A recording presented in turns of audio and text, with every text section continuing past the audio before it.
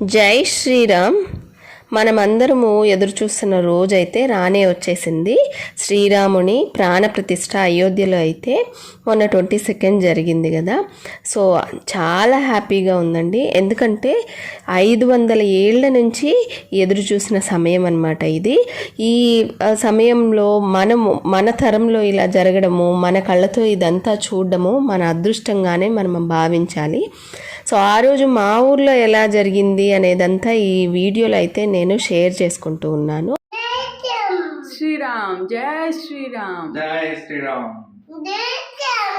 చూశారు కదా, మా కియాన్ష్ అయితే వచ్చి రాని మాటలతో జై శ్రీరామ్ అంటున్నాడు. పిల్లల నుండి పెద్దల వరకు అందరూ, కాశ్మీర్ నుండి కన్యాకుమారి వరకు అందరి నోట్లో ఆ రోజు జై శ్రీరామ్ అన్న నామమే వినిపిస్తూ ఉంది కదా. సో ఆ రోజు మార్నింగ్ నేనైతే లేవగానే ముగ్గు వేసేసి రాముని కోసం అయితే నైవేద్యం చేస్తూ ఉన్నాను. ఏదో ఒక స్వీట్ చేయాలనిపించింది. ఎందుకంటే ఆ రోజు నోరు మనమందరం తీపి చేసుకోవాలి. ఎందుకంటే ఎన్నో ఏళ్ళగా మనము ఎదురు చూస్తున్న టైం అయితే వచ్చేసింది కదా. సో అందుకనే ఈరోజు అయితే పాయసం చేస్తూ ఉన్నాను. బెల్లము, అలాగే సగ్గుబియ్యము, శనగపప్పు, పచ్చెనగపప్పు ఇవి యూజ్ చేసి అయితే పాయసం చేస్తున్నాను. సో ఇది చేయడము చాలా ఈజీయే. ఎవరైనా బిగినర్స్ ఉంటారు, చేయడం రాని వాళ్ళు ఉంటారని వాళ్ళ కోసం అయితే ఎలా చేయాలో ప్రాసెస్ అయితే చూపిస్తూ ఉన్నాను. సో ఒక కుక్కర్లో అయితే ఒక హాఫ్ గ్లాస్ పచ్చెనపప్పు, హాఫ్ గ్లాసు సగ్గుబియ్యం, ఇవి రెండు నెయ్యిలో కొంచెం వేయించేసుకొని దీంట్లో ఒక 2 గ్లాసెస్ వాటర్ అయితే యాడ్ చేసేసుకొని నేనైతే ప్రెషర్ కుక్ చేసుకుంటున్నాను అనమాట. పచ్చెనపప్పు అలాగే సగ్గుబియ్యం ఇది పొంగిపోకుండా ఉండడానికి ఒక కప్ అయితే వేసాను. చూడండి, ఇలా విజిల్ వచ్చినా పొంగదు. అండ్ 2 పచ్చెనపప్పు, సగ్గుబియ్యం 2 ఉడికిపోతాయి. సో హాఫ్ గ్లాస్ పచ్చెనపప్పు, హాఫ్ గ్లాస్ సగ్గుబియ్యం కాబట్టి ఫుల్ గ్లాస్, ఒక గ్లాస్ మీద కొంచెం ఎక్స్ట్రా వేస్తాము బెల్లము. సో ఇలాగా బెల్లం వేసేసి మనము యాలకుల పొడి వేసేసి కొంచెం బెల్లం కరిగేంత వరకు అయితే దగ్గరుండి కలుపుతూ ఉంటే బెల్లం చక్కగా కరిగిపోతుంది. తర్వాత థిక్నెస్ కోసం అయితే కొంచెం బియ్యం పిండిని నీళ్ళల్లో కలిపేసి ఇలాగ యాడ్ చేస్తూ ఉన్నాను. ఇది ఆప్షనల్ అన్నమాట. మనకి థిక్నెస్ బెల్లం వల్ల వచ్చిన థిక్నెస్ సరిపోతుందంటే ఇది స్కిప్ చేసేసుకోవచ్చు. అండ్ ఇలాగ మొత్తం అన్నీ వేసిన తర్వాత కొంచెం థిక్ అయిన తర్వాత స్టవ్ ఆఫ్ చేసి ఒక హాఫ్ కప్ వరకు పాలు కానీ యాడ్ చేసుకున్నామంటే బెల్లం పాయసం అయితే రెడీ అయిపోతుంది. ఇక రామునికి యూజువల్గా మనము వడపప్పు, పానకము ఇవే పెడుతూ ఉంటాం కదా శ్రీరామనవమికి కూడా. సో ఈరోజు కూడా ఏంటి అంటే వడపప్పు, పానకం కూడా రెడీ చేసేసాను. అండ్ ఈ సగ్గుబియ్య పాయసంలో కొంచెం ఎండు కొబ్బరి, జీడిపప్పు అలాగే కిస్మిస్ వేసి అయితే పోపు పెట్టేసుకున్నాను. నేను ఇదంతా చేసే లోపల మా మమ్మీ అయితే ఇలాగ చక్కగా పూజ గదంతా డెకరేట్ చేసేసింది అనమాట. రాముని కోసము అన్నీ సిద్ధం చేసి పెట్టేసింది. సో ఫస్ట్ అయితే ఈరోజు అయితే రామరక్షా స్తోత్రం చదువుకున్నాం. ఎందుకంటే నేను ఎందుకనో యూట్యూబ్ చూస్తూ ఉంటే నండూరి శ్రీనివాస్ గారి వీడియో అయితే నాకు పాపప్ అయింది.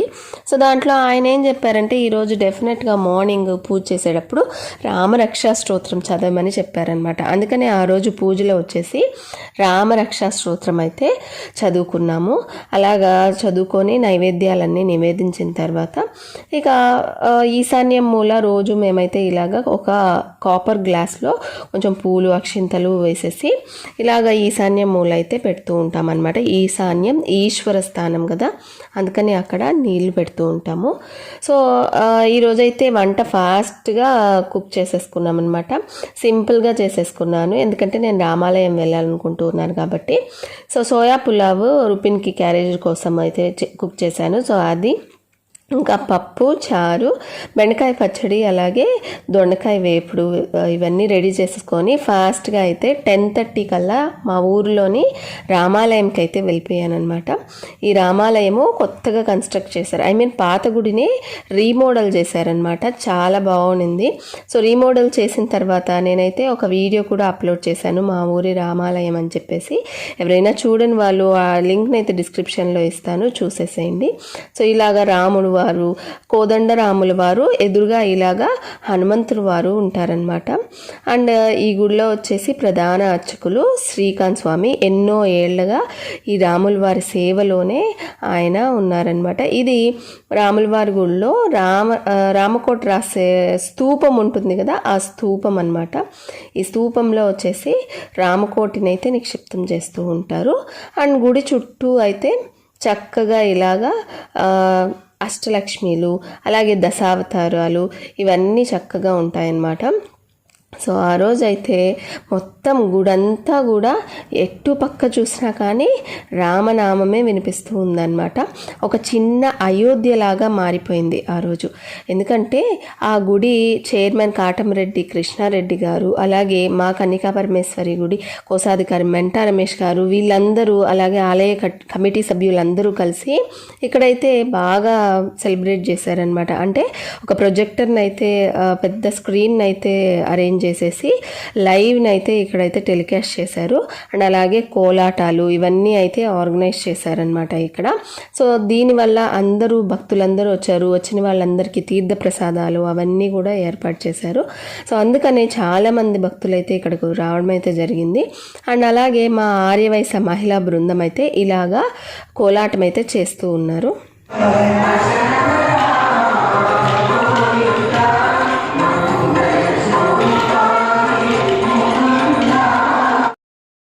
సో ఇలాగా అన్నీ కూడా 6 పాటల వరకు చేశారనమాట. అన్ని పాటలు కూడా రాముల వారి భక్తి గీతాలకు చేశారు.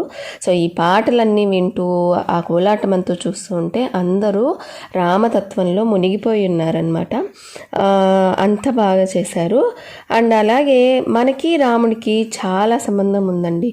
మనము ఏదన్నా రాసేటప్పుడు ఖచ్చితంగా చాలామంది వరకు తెలుగు వాళ్ళు, నేను చాలామందిని గమనించాను, శ్రీరామ అని పేజ్ పైన పెట్టి స్టార్ట్ చేస్తూ ఉంటారు. అది చాలా వరకు మనకి అలవాటు ఉంటుంది. అలాగే ఏదన్నా మనకి జరగకూడదు జరిగినా, ఏదన్నా మర్చిపోయినా అయ్యో రామ అండం కూడా మనకి న్యాచురల్గానే మన నోట్లో నుంచి వచ్చేస్తూ ఉంటుంది. మీరు ఎప్పుడైనా అబ్జర్వ్ చేస్తుంటే. సో ఏంటి అంటే మనకి మన కల్చర్లోనే రాముడు గురించి అంత ఇష్టం ఉంటుందన్నమాట. మనకి తెలియకుండానే మనకి అంత ఇష్టం ఉంటుంది.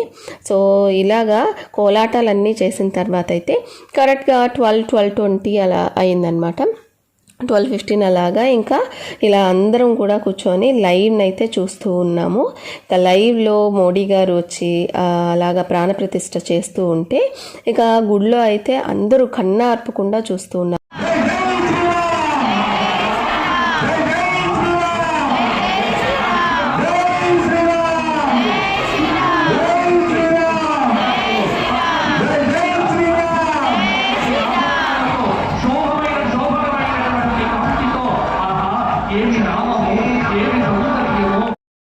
ఇలా ప్రాణప్రతిష్ఠ జరిగే టైంలో అయితే జై శ్రీరామ్ జై శ్రీరామ్ అని ఆలయం అంతా మారు మోగిపోయిందనమాట. ఇది మనకి గొప్ప విజయం. ఎందుకంటే మనము త్రేతాయుగంలో 14 ఏళ్ళు వనవాసం తర్వాత సీతమ్మ వారుని రావణాసురుడు తీసుకెళ్ళిపోయిన తర్వాత ఎంతో యుద్ధం చేసిన తర్వాత రామ పట్టాభిషేకం జరిగింది. అప్పుడు ఎంత గొప్ప విజయమో. అప్పుడు అందరూ రామ పట్టాభిషేకానికి వానరసేన, భల్లూక సేన వీళ్ళందరూ వచ్చి వీక్షించారంట. మరి ఇప్పుడు కూడా 500 సంవత్సరాలు కలియుగంలో పోరాడి మనము గెలిచి ఇప్పుడు రామ పట్టాభిషేకం జరుగుతూ ఉంటే మనందరికీ చూసే అవకాశం వచ్చిందనమాట. ప్రాణప్రతిష్ఠ అంతా అయిపోయిన తర్వాత అయితే ఆర్యవైశ్య మహిళా బృందం కోలాటం వేసిన వాళ్ళందరికీ కూడా ఆలయ కమిటీ సభ్యులు చిన్న సన్మానం చేశారు. అలాగే రాముల వారి అక్షింతలు కూడా తలపైన వేశారనమాట. సో ఇలాగా మధ్యాహ్నం అంతా గుడి నుంచి వచ్చిన తర్వాత అయితే ఈవినింగ్ దీపాలు పెట్టాలి కదా. సో 6 o'clock కల్లా నీట్గా ఫ్రెష్గా స్నానం చేసేసి ఇలాగా 2 దీపాలు ఇలాగా సంధ్యవేళ ముగ్గు ఉంటుంది కదా, సంధ్యవేళ ముగ్గు వేసేసి ఆ పక్క ఈ పక్క అయితే దీపాలు పెట్టాను. ఇక ఆ టైంకే కరెక్ట్గా రుపిన్ స్కూల్ నుంచి కూడా వచ్చాడు కాబట్టి రుపిన్ కూడా ఫ్రెష్ అయిపోయామని చెప్పి రుపిన్ చేతే పెట్టించానమాట. ఇక్కడ మేము దేవుడింట్లో, మా ఇంట్లో అయితే తులసి కోట లేదు కాబట్టి దేవుడింట్లో 3 దీపాలు, అలాగే వాకిల్లో 2 దీపాలు అయితే పెట్టడం అయితే జరిగిందనమాట. మరి బాలరాముడు కదా, సో బాలరాముడిని ఆహ్వానించినట్లు అని అంటున్నారు కదా. సో అందుకనే నాకేమనిపించిందంటే ఈరోజు ఇలాగా అడుగులు వేద్దాము చిన్ని కృష్ణుడిలాగా బాలరాముడు మన ఇంట్లోకి ఆహ్వానించినట్లుగా అని ఇలాగ స్టెన్సిల్తో అయితే అడుగులు కూడా వేసేసానమాట.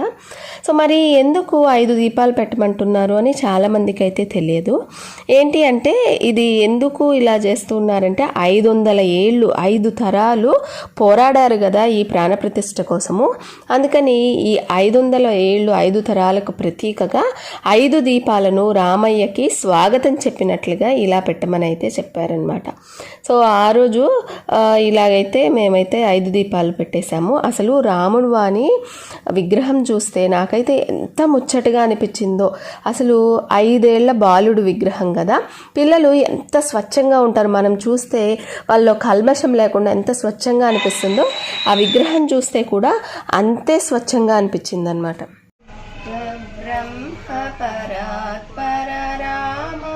కాలాత్మక పరమేశ్వర రామ శేష సల్ప సుఖ నేత్రిత రామ బ్రహ్మాట్యమరా ప్రార్థిత రామ రామ రామ జయ రాజా రామ రామ రామ జయ సీతారామ. ఇలాగా దీపాలు పెట్టేసిన తర్వాత అయితే ఆ రోజు ఇలాగా రాముని పాటనైతే పాడేసి రామకోటి పుస్తకము మా మమ్మీ ఎప్పుడు రాస్తూ ఉంటుందన్నమాట. ఎవ్రీడే సాయం సంధ్యా వేళ రాస్తూ ఉంటుంది. సో ఈరోజు అయితే రుపిన్ చేత కూడా 9 సార్లు 9 నామాలు రాయించామన్నమాట. రామకోటి పుస్తకాన్ని కూడా ఇలాగా మనము పూజలో పెట్టేసి తర్వాత ఇక మంగళహారతి ఇచ్చేసి అయితే నైవేద్యాన్ని అయితే ఇచ్చేసిన తర్వాత రుపిన్ మార్నింగ్ స్కూల్కి వెళ్ళాడు కదా. సో మనమైతే ప్రతిష్ట అయిపోగానే అక్షింతలు తల మీద వేసుకున్నాము. వీడు ఇప్పుడు పూజ అయిన తర్వాత అయితే అక్షింతలను అయితే తల మీద వేసుకున్నాము. సో మళ్ళీ మనకి రామరాజ్యం తిరిగి రావాలని మనస్ఫూర్తిగా కోరుకుంటూ ఈ వీడియోనైతే ఎండ్ చేస్తూ ఉన్నాను. జై శ్రీరామ్.